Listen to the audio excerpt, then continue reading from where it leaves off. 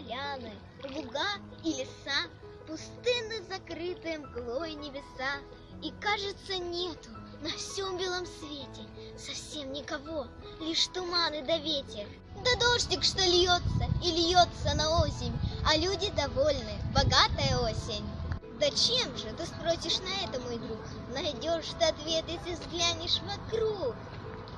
Смотри, вот тяжелые едут машины, а в их кузовах и мешки, и корзины, в которых уложены плотно и густо картошка и свекла, морковь и капуста, и груши и сливы, айва и арбузы, и дыни, и прочие вкусные грузы. Но кажется мне, среди этих чудес совсем позабыли с тобой мы про лес. А лес, если в лес ты зайдешь в эту пору, протянет даров тебе целую гору.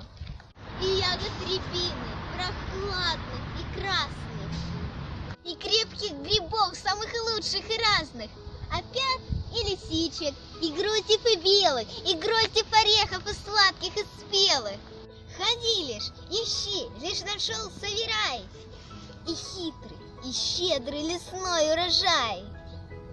И все это осень награду дала за наши заботы, за наши дела. Такая у ней уж старица уплата. Ну, ты знаешь, чем осень богата. Дарами лесов и дарами полей, плодами садов и трудами людей.